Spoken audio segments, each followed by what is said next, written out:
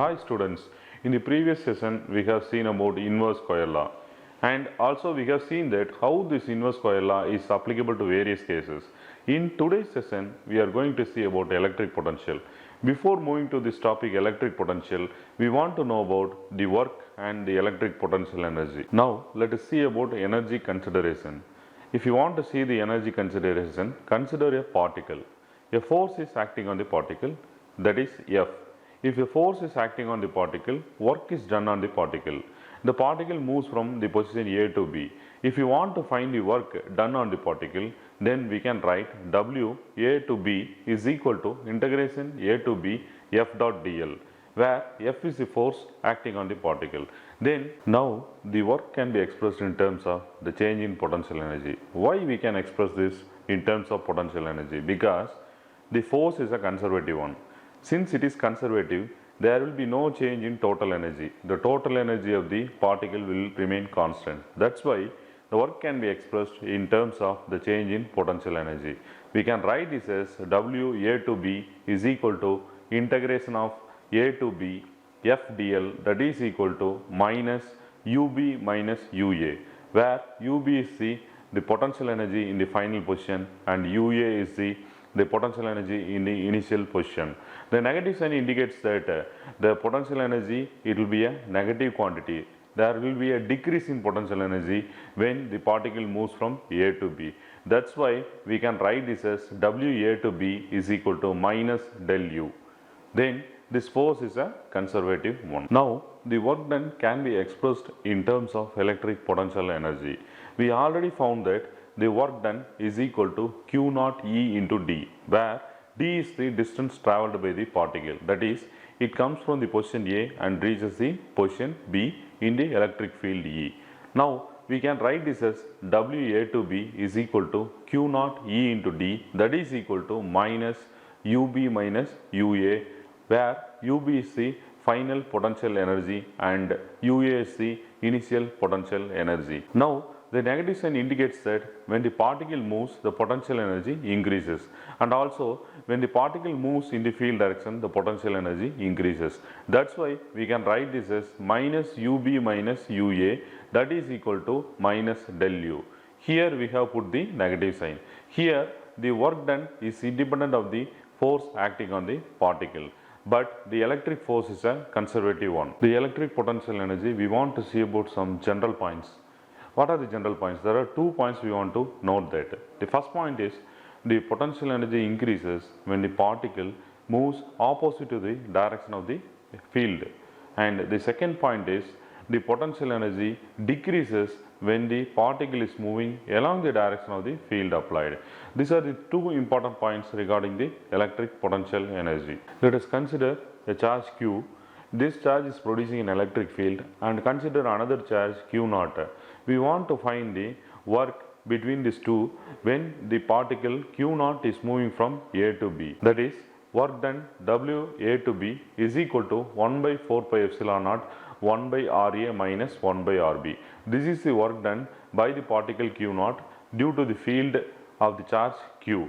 Then we can write the potential energy between these two particles as Q into Q naught divided by 4 pi epsilon naught R, where R is the functional parameter which determines the distance between the two charges.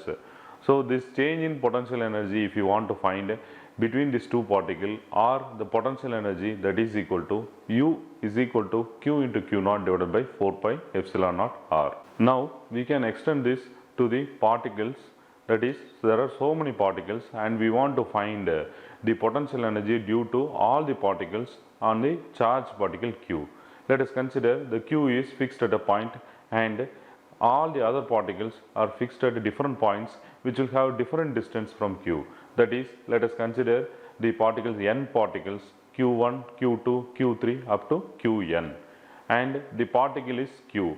We want to find the potential energy of the particle Q due to all the other particles, that is Q1, Q2 and Qn. So the distance of the particle Q1 is R1, similarly Q2 is R2 and up to Qn is equal to Rn.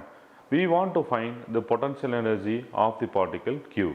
So we can write this as U is equal to 1 by 4 pi epsilon naught Q into Qi, where this Qi summation it includes I is equal to 1 to n. That means that 1 by 4 pi epsilon naught Q into Qi. We can write summation I is equal to 1 to n. This I stands for the particle, the number of particles 1 to n. That's why we can find the potential energy due to some other charges present in the system. Now we found the electric potential energy due to system of charges. Let us consider two charges Q and Q naught, and then we found the electric potential energy, that is Q into Q naught divided by 4 pi epsilon naught R, where R is the distance between the two charges. Now we can find the electric potential by using this electric potential energy. If you want to find the electric potential, then the electric potential is defined as, that is energy divided by the test charge. Let us consider the test charge is Q naught, and if we find that electric potential, then V is equal to Q into Q naught divided by 4 pi epsilon naught R divided by Q naught. Q naught will get cancelled. So the electric potential V is equal to Q divided by 4 pi epsilon naught R. Let us see two important points regarding this electric potential.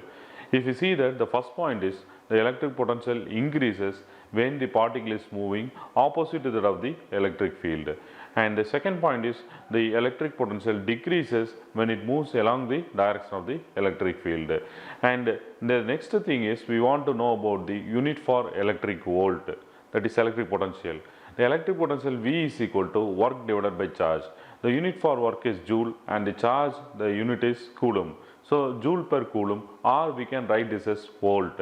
That's why the unit for electric potential is volt. The second thing is the electric potential is a scalar quantity. Next we can see about the work and potential.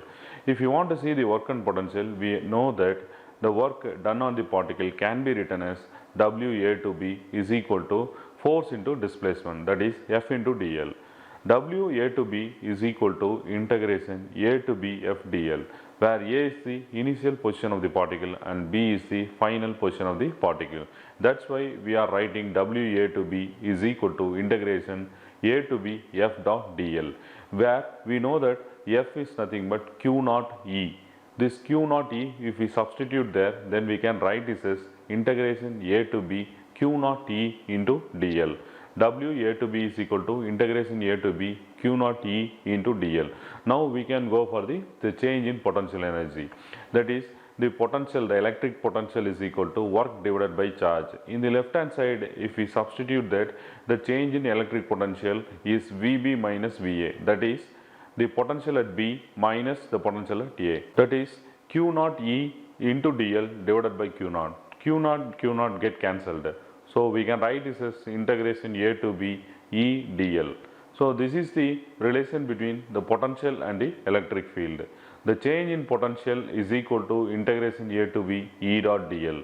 Now we can see about the gradient, potential gradient. Now we can see the relation between the electric potential and electric field. We know that electric potential VB minus VA is equal to minus integration of E dot dl. Now rearrange this term.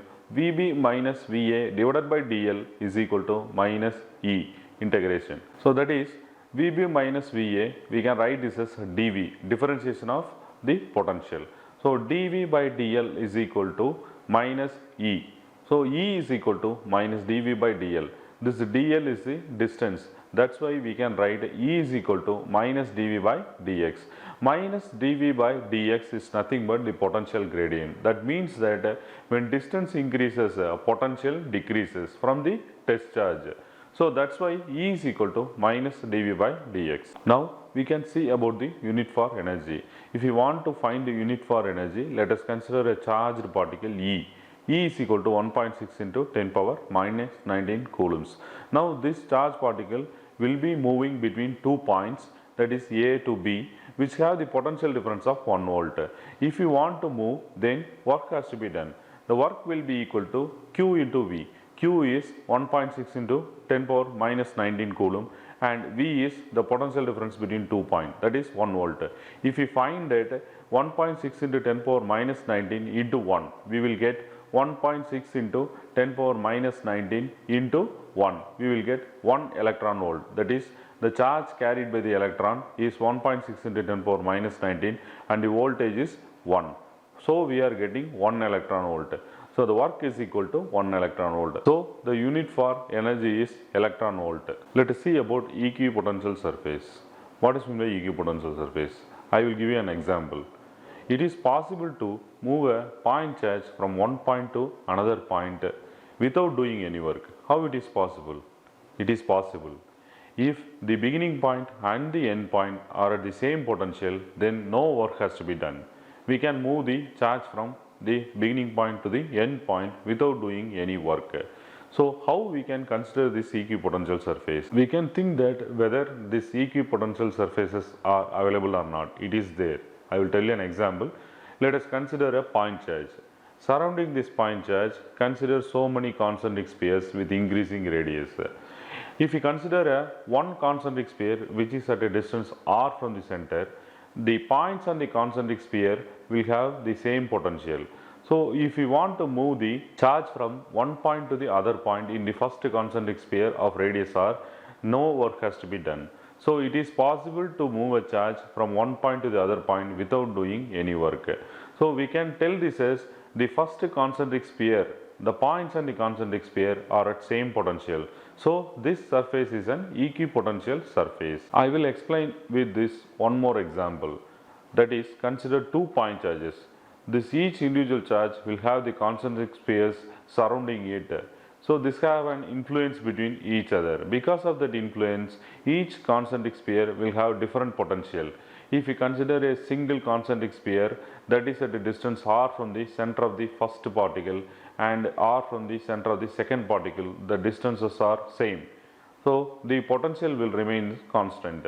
If we consider all the points in that concentric sphere, then they will be at the same potential. So if you put a charge and if you want to move the charge between these points in the concentric sphere, it will be net work done is 0. That's why there will be no work has to be done if you want to move the charge from one point to the other point in the surface having the same potential. This kind of surfaces are called equipotential surface. Now we got an inference about this. What is the inference? If you see that this electric potential, that is, in equipotential surface, the electric field does not do any work.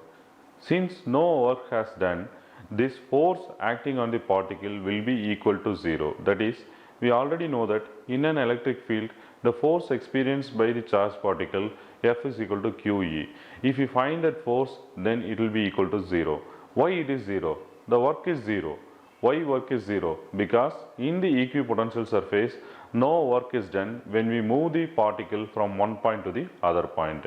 And the one more thing is, this electric field is perpendicular to the equipotential surface. Let's come to the end of the session. I hope you understood about the electric potential and equipotential surface. In the upcoming session, we are going to see about the electric potential due to a point charge. Thank you.